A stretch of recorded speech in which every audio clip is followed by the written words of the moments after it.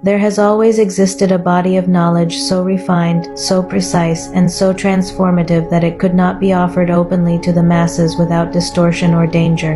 This knowledge did not belong to temples or institutions alone, but to the inner sanctuaries of human consciousness itself. The ancient mysteries were not systems of belief.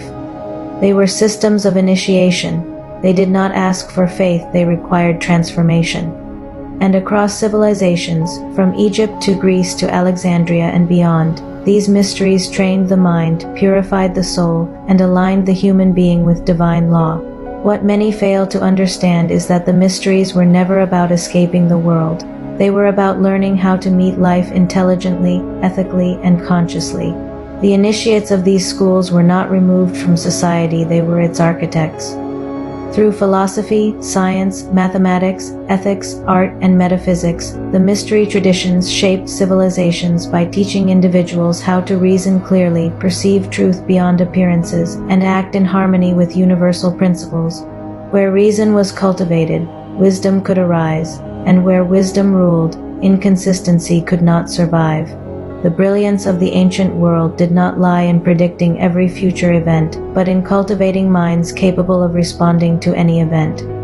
The mysteries trained human consciousness to remain coherent under pressure, adaptable under change, and anchored in truth amid chaos.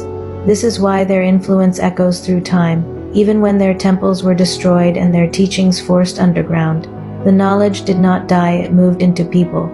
Throughout history, certain individuals have emerged as living emissaries of this ancient current.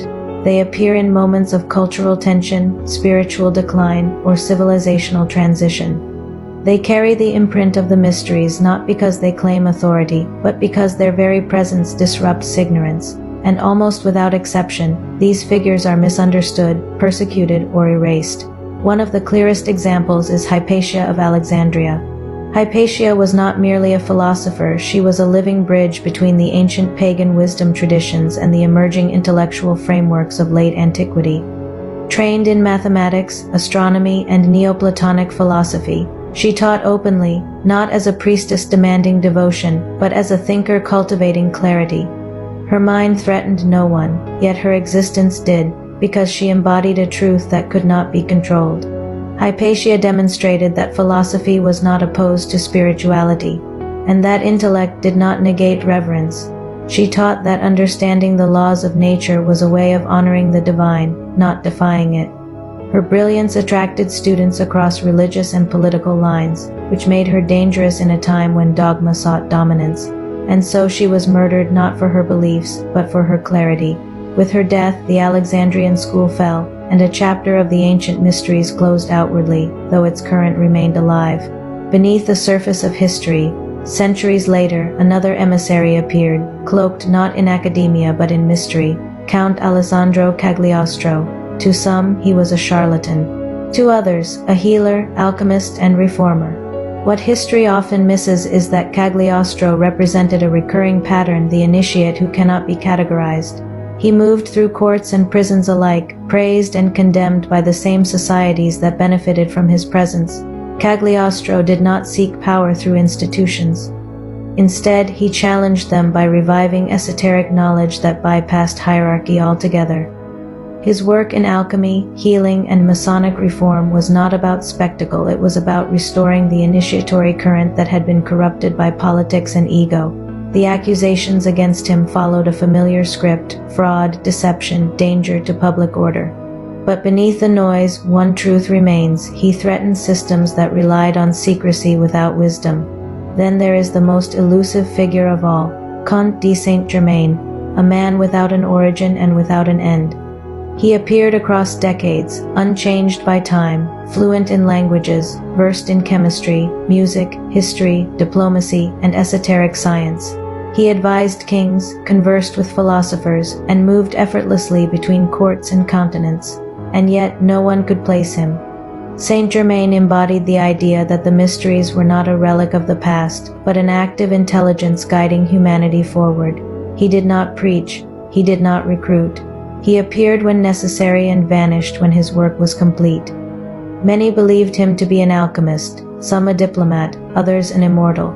But what matters is not who he was, it is what he represented.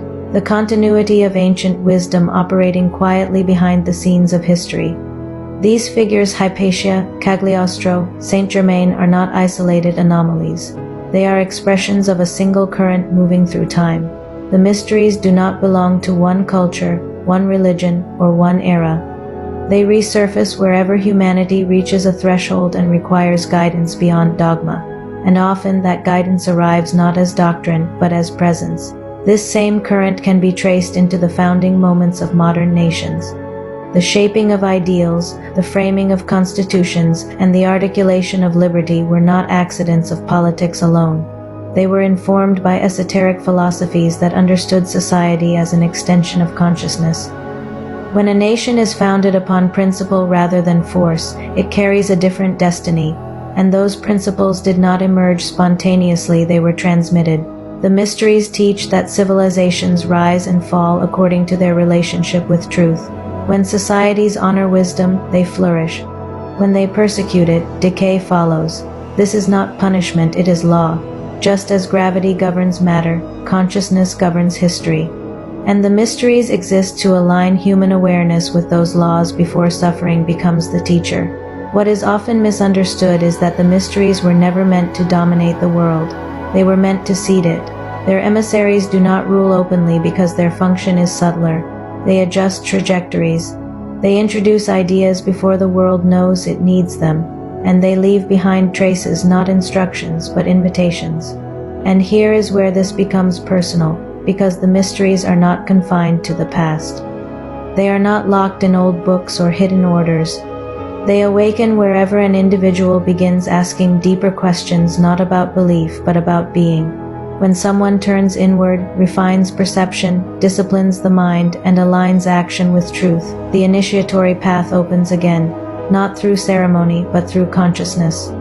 This is why these teachings matter now more than ever. We are living in a time where information is abundant, but wisdom is rare.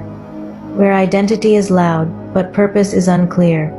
The ancient mysteries did not promise comfort, they promised coherence. And coherence is what allows a human being to move through chaos without losing themselves. If something in this transmission stirred recognition rather than curiosity, that is not coincidence. Recognition means remembrance. And remembrance is the first initiation. If you feel called to explore this work more deeply, whether through personal guidance, conscious inquiry, or sacred study, I offer spaces where this wisdom is translated into lived experience. You can work with me one-on-one, step into guided initiatory teachings, or explore these principles more fully through my writings. Follow this space if you feel the resonance. Share this if you know someone standing at the threshold of their own remembering. And if you are ready to walk this path with clarity rather than confusion, the doors are open. The mysteries have never disappeared. They have been waiting for those who are ready to see.